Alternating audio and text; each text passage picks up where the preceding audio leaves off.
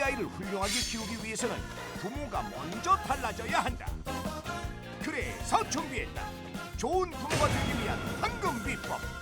지금 바로 공개합니다. 좋은 부모란 건 자식을 믿어야 한다는 겁니다. 물음표를 되도록 안 쓰려고 노력을 하시는 게 하나의 기술이에요. 훌륭한 교육은 보이지 않는 손이다. 꼭 해야 되는 세 가지가 있다는데요. 계속해서 고수의 비법 소개해드립니다. 자녀에게 사기를 쳐라. 아니 좀 자녀에게 할 게 없어서 사기를 쳐라. 이거 너무하다. 아니 그게 부모야? 이거 맞아요. 야, 저희 어머니가 저한테 저 초등학교 6학년 때까지 사기를 치셨어요. 본인이 미스 코리아 출신이라고.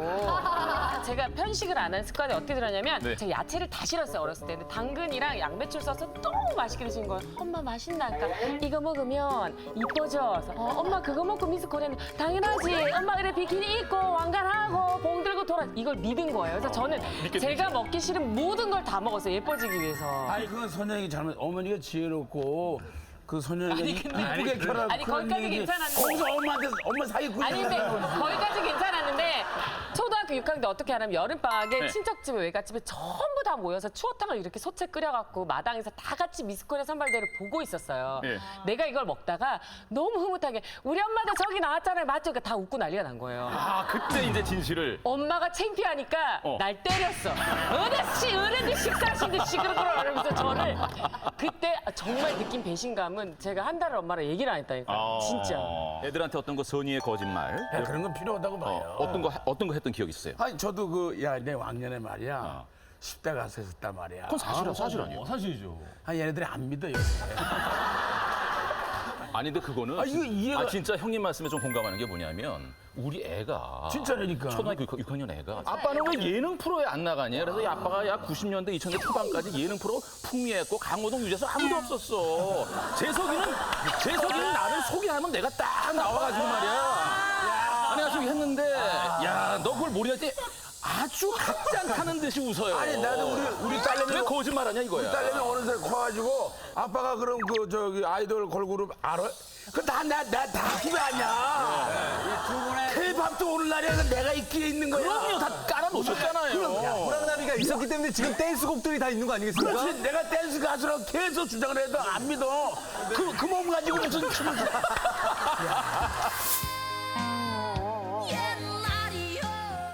이 내용을 주장하시는 고수가 어떤 분일지 지금부터 보여드리겠습니다.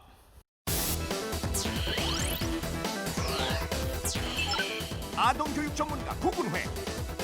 말씀해 주시죠. 이거 뭐? 전문가가 사기를 치라고. 예. 여기서 사기는 당연히 긍정적인 선의의 거짓말을 일컫는 거죠. 우리 부모님들이 자녀를 키울 때 훌륭하게 키우기 위해서는 처음부터 끝까지 사기를 칠 수밖에 없습니다. 지금 현재 있는 상태, 현재의 성적 상태를 있는 그대로 인정하고 이거를 갖다가 극복하기 그거는 힘듭니다. 이건 어디까지나 너의 시작은 미미하지만 너의 끝은 창대하리라. 이것도 사실은 완벽한 사기죠. 특히 훌륭한 부모들의 특징은요. 실패했을 때 나옵니다.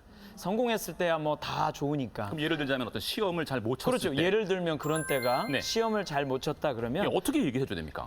보통의 정말 어머니는 화나거든요. 그렇죠. 얘가 이 정도밖에 못할 애가 아니었는데. 그렇죠. 우리 부부가 착한 사는 말입니다. 부모라 할지라도 네. 그 순간이 되면 거의 멘탈 붕괴입니다. 붕괴입니다. 어떻게 하느냐? 네. 철수야, 너 너무 속상하지? 이거 먹어. 그러면서 떡을 건네주는 거예요. 의기소침해하지 마.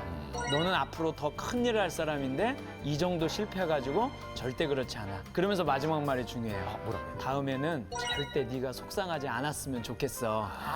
공부 잘한 얘기죠.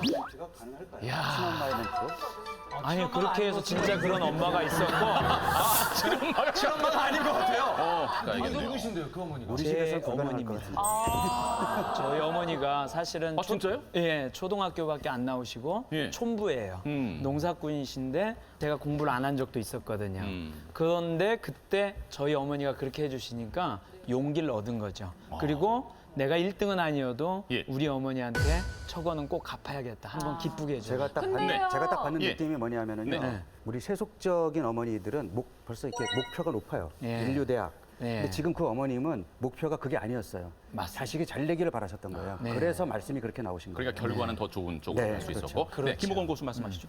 나는 거짓말에 대해서 상당히 긍정적이거든요. 거짓말하는 부모가 거짓말하는 애를 양산한다. 맞죠? 근데 거짓말을 하는 애들은 굉장히 창조적인 애들이 많아요. 안 그렇습니까? 김인석이 거짓말 많이 했지?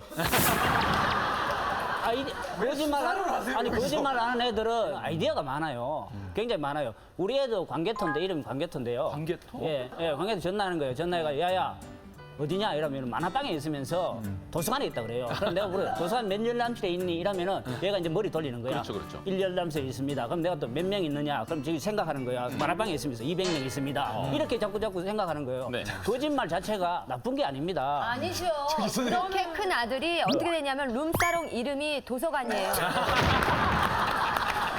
거기서 그 와이프를 속이는 거예요. 나 지금 도서관에 있어, 여보. 여보, 나 거래처에 있어. 이렇게 되는 겁니다. 맞아. 그거는 좋은 거 같지는 않아요. 선의의 거짓말은 몰라도 선의의 그런 거짓말은 네. 부모님이 선의의 거짓말 하면 애도 선의의 거짓말이 되는데 거짓말을 할 수 있도록 뭐냐면은 배려를 해줘야 돼요. 아하. 너무 정직한 부모님들은 계속 구속을 하는 거예요. 아, 어쩌- 김갑 선생님 어떻게 고지고대로. 생각하세요? 맞죠? 동의를 했는데 어디서 누르신지 어떻게 알고 또, 예. 화이트 라이어라고 그러잖아요. 네. 하얀 거짓말. 필요한 거. 애들 잘할 때 그거 안 할 수 없어요. 3살, 4살, 5, 6. 그런데 이제 성장을 해서 그게 잘 안 통할 때, 그리고 사실을 알고 이제 네. 배신감 느낄 때, 이런 때가 이제 어려운 건데. 네. 이인철 변호사는 어떤 말씀하실 거예요? 제가 보기엔 훈육의 방법의 문제 같은데요. 단순히 뭐 사기를 쳐라든지 거짓말을 합리화하는 건 아닌 것 같아요. 아무리 선의의 작은 거짓말을 해도 그게 이제 커지면 전문적으로 이제 거짓말이 커지게 되고 나중에는 정말 그 나쁜 범죄자가 될 수 있기 때문에 가급적이면 거짓말을 안 하는 게 좋고 화가 나잖아요. 화가 나면 화를 참는 게 중요한 것 같아요. 화를 참고 자녀를 칭찬해서 왜 칭찬을 고래도 춤추게 한다잖아요. 그래서 훈육 방법을 이제 화를 내거나 이제 폭력적인 방법을 이제 자제하고 가급적이면 이제 그 긍정적인 방향으로 이제 훈육을 하는 게 좋지. 이거를 꼭 뭐 거짓말을 해라 이렇게 합리화하는 거는 조금 지양해야 되지 않나. 특강을 가끔 가게 되는데 이제 그 대학들이 인류 대학이라고 불리는 소위 대학들도 있고 그렇지 않은 대학들도 있습니다. 근데 네. 그 친구들을 볼 때마다 무슨 느낌이 드냐면 부모님들이 항상 성공하는 방법들을 가르쳐 주죠. 이렇게 해야 성공한다, 저렇게 해야 성공한다, 이렇게 해야 공부를 잘한다. 근데 통계적으로 보면 확률적으로 어쩔 수 없이 모든 아이들이 다 똑같은 시간만큼 공부를 열심히 해도 그들이 원하는 걸 가질 수 있는 아이들은 10%가 못 됩니다. 그러니까 저는 부모들에게 좀 부탁하고 싶은 게 뭐냐면 인생을 살다 보면 질 수도 있다. 근데 지더라도 즐거운 인생이 돼야 될 거 아니냐라고 웃을 수 있는 방법을 가르쳐줘야지 자꾸 싸워서 이기는 법 지면 안 돼?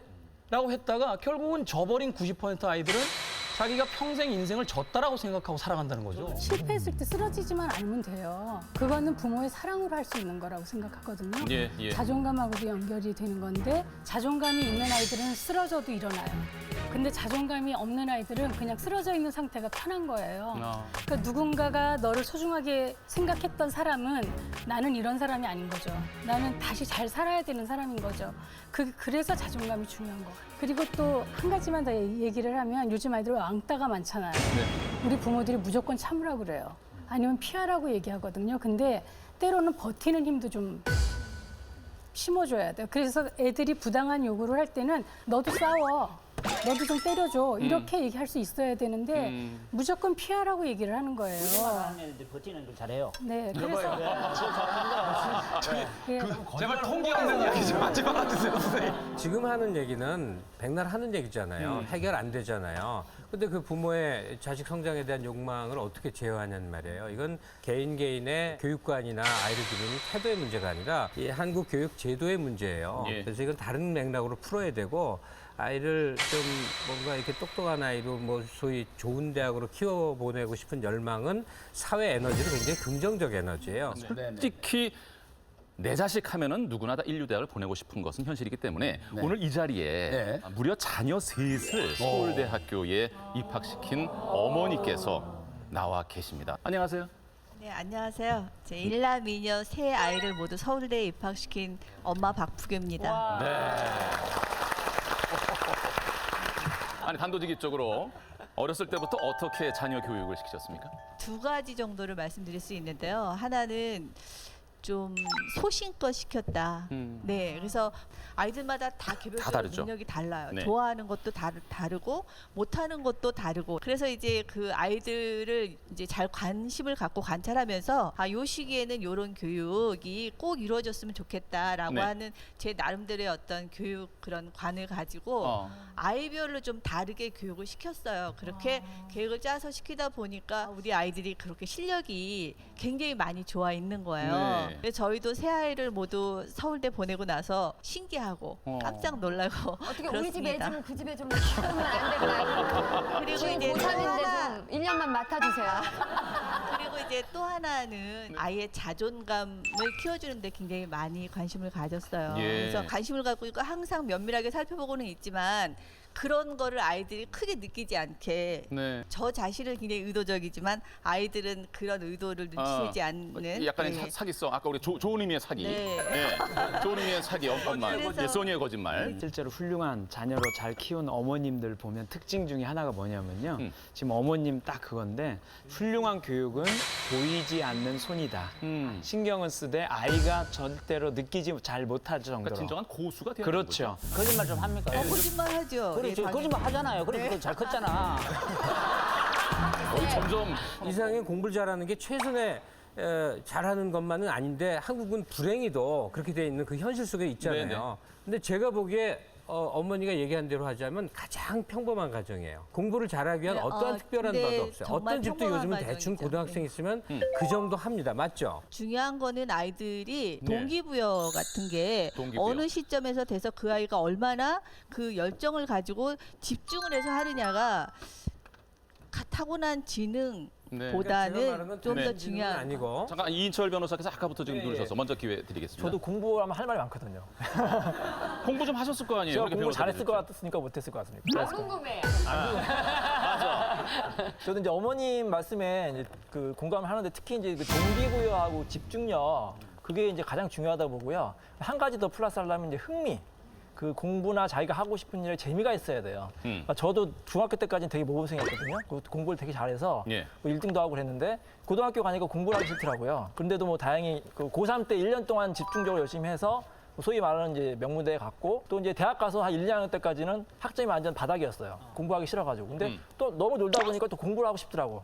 그래서 열심히 이제 노력해가지고 운 좋게 이제 시험에 붙어가지고. 그러니까 타고난 거네요. 아니, 그게 아니고요. 자기 머리 좀 자랑하고 있어, 지금. 머리는 IQ는 100만 넘어도 명문대 갈 수 있고요. 네. 가장 중요한 게 뭐냐면 본인이 왜 공부를 하느냐 알아야 돼요. 저도 뭐 집안에 조금 어려운 일이 있어가지고 뒤늦게 정신 차려가지고 공부를 해야겠다. 그 동기부여가 됐고 그걸 못했기 때문에 안 되는 말은 거예요. 아닌데 수백만의 부모들을 헛된 희망에 감자 못하게 만드는 저는 예전에 봤던 노력하면 된다. 인상적이었던 노력하면 광고가 돼. 뭐냐면 박지성으로 태어난 아이를 아인슈타인으로 가르치고 있지 않습니까라는 광고였어요. 예, 그러니까 예. 무조건 다 공부라고 하는데 제가 그 젊은 친구들하고 대화를 하다가 그런 이야기를 듣거든요. 그러니까 열정을 어떻게 하면 가질 수 있습니까?라고 물어봐요. 그래서 열정을 갖는 방법 따위는 없다. 열정은 억지로 가질 수 있는 종류의 것이 아니다. 그것은 좋아하는 걸 하면 그냥 저절로 생기는 것이다. 근데 우리가 항상 공부를 하면서 실패에 빠지는 건 뭐냐면 그거에 소질이 없고 그거를 좋아하지 않는 애에게 그걸 시키니 그걸 좋아하는 애들과 경쟁했을 때 어떻게 이깁니까? 저는 서울대를 나왔고요. 네. 저희 집사람도 서울대를 나왔습니다. 예. 저는 저희 애를 믿었습니다. 둘 다 네. 서울대를 나왔으니까 네. 얘도 공부를 잘할 거라고 믿었습니다. 그래서 중학교 때 잠깐 그렇게 뭐 딴짓을 해도 마음 먹고 공부를 하면 잘할 거라고 믿었어요. 돌아올 줄 알고. 예. 그런데 네. 고등학교 때 정말 정신 차리고 공부를 시작했습니다. 근데 안 돼요. 그러니까 이거는 머리도 좀 있어야 되고 가족 안에 어떤 환경이나 분위기도 네. 있어야 되겠지만 네. 가장 중요한 것은 공부하는 그 아이가 가지고 있는 목표와 뚜렷한 소신과 자기의 동기부여인데 네. 그것을 어떻게 만들어주느냐가 부모가 해야 되는 관건이다. 가장 중요한 역할이 아닐까 네. 싶습니다. 예, 구고수님 말씀 듣고. 네. 한 가지 정리는 꼭 하고 넘어가야 예. 될 게 예. 지금 실제로 공부를 학습의 능력이 뛰어난 아이들은요 3가지의 조절 능력이 뛰어난 아이예요. 그러니까 첫 번째가 뭐냐 지금 말씀하신 대로 동기 조절 능력이에요. 내가 왜 공부해야 되는가. 두 번째 중요한 게 인지 조절 능력, 즉 공부하고 싶은 마음은 있지만 공부 방법을 모르는 애들이 있어요. 그래서 실제로 부모님들이 죽어라고 노력해야 공부를 잘할 수 있다. 저는 그렇게 얘기해요. 죽어라고 노력하면 죽을 뿐이다. 잘못된 방법으로 비효율적인 방법으로는 백날 해봤자 성적도 안 나오고 아, 난 멍청한가 봐 좌절하게 돼 있어요. 마지막으로 또 세 번째 제일 중요한 게 뭐냐? 바로 행동 조절 능력이에요. 내가 동기부여도 됐고 학습 방법도 아는데 실천이 안 되는 거예요. 시간 관리나 유혹 관리 이 세 가지가 조화를 이루는 친구만 공부를 잘할 수 있는 거예요. 머리에 쥐가 날라가겠습니다. 좋은 부모란 어떤 부모인 것 같습니까? 끝으로 한 말씀 해주시죠. 그러니까 교육 환경을 좀 좋게 조성해 주시고 가능한 그리고 저도 사실 애들 공부할 때 저도 같이 공부를 했어요. 공부하고 그러세요? 싶어서 네. 뒤늦게 대학원 공부도 하고 네. 그랬어요. 그리고 일도 좀씩 했어요. 아주 조금이지만 일도 하고 평생 교육인 것 같아요. 예. 그럼- 말씀 감사합니다. 역시 분명히 훌륭하고 다른 면이 있는 어머님 나와서 좋은 말씀 잘 들어봤습니다.